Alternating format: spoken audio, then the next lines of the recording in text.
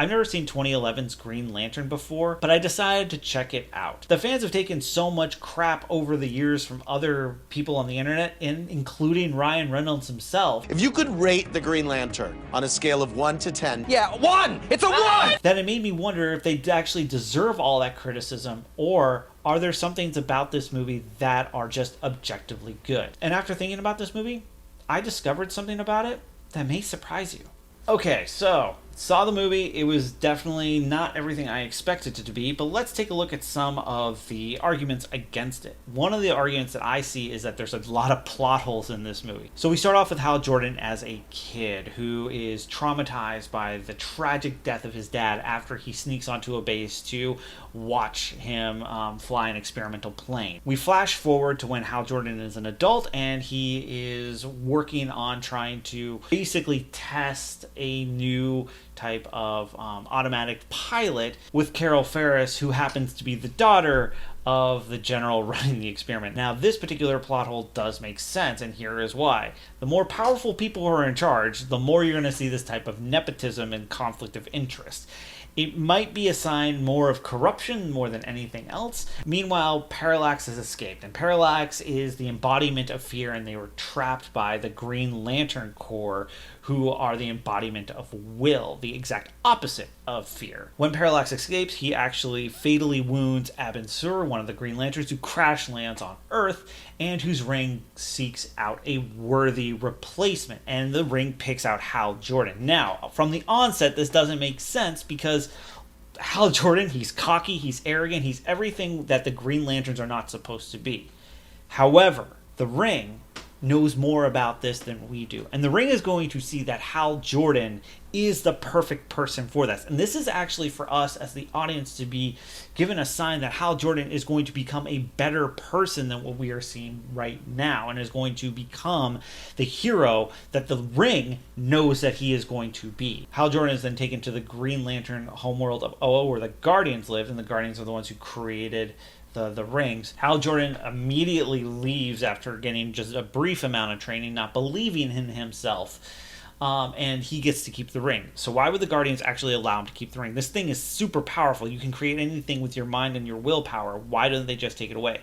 Throughout the movie, you actually see that it's really hard for Hal to take the ring off, and who knows that the ring would actually respond to any of that. The ring chooses who they want. So from a plot perspective, it makes sense that Hal Jordan would keep the ring. Meanwhile, Abin Sur's body is being examined by Hector Ham, a professor played by Peter Sarsgaard. And as he's examining Abin Sur, he gets infected with fear, and he becomes this kind of, okay, I'll say it, he develops a scrotum head. It looks stupid, it is stupid, but his motivations make a lot of sense. He is a scientist against the will of, well, his father. He is actually a perfect parallel to Hal. They're both completely influenced in their feelings about themselves is influenced by their dads. So they really are very similar in that sense, but one's relationship really leads to more self-doubt with his dad, and is something when he examines Abin Sur's body, he becomes infected with Parallax, which sends him down that particular path. Eventually, Parallax consumes Hector Ham, and he dies tragically. And it turns out that even though multiple Green Lanterns couldn't stop Parallax,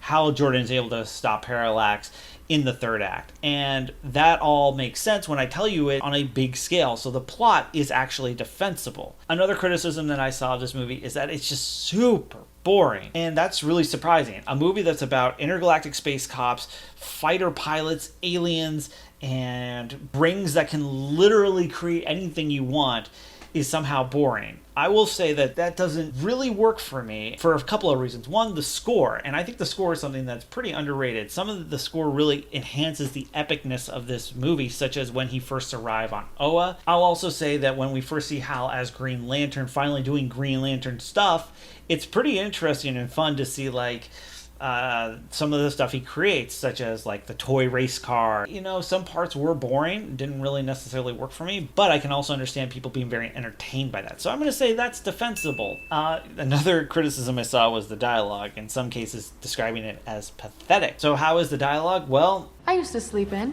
then I turned 11. Okay, now let's get these pants off.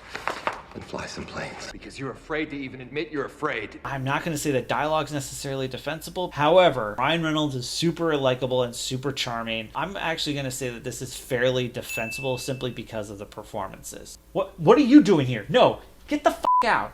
You're not an example of good dialogue or good acting. This movie has a bit of a deeper message. What it shows is that we're not chained to the actions of our parents. And I think we see that through Hector Ham and through Hal Jordan. Hector Ham tried to please his dad, and when he couldn't, he felt so bad about that. And he felt so bad about himself and had all this anger and all this fear and self-doubt that it consumed him. Hal Jordan created an image of his dad and what his dad expected him to be, and that wasn't necessarily who he was even when he had that particular job.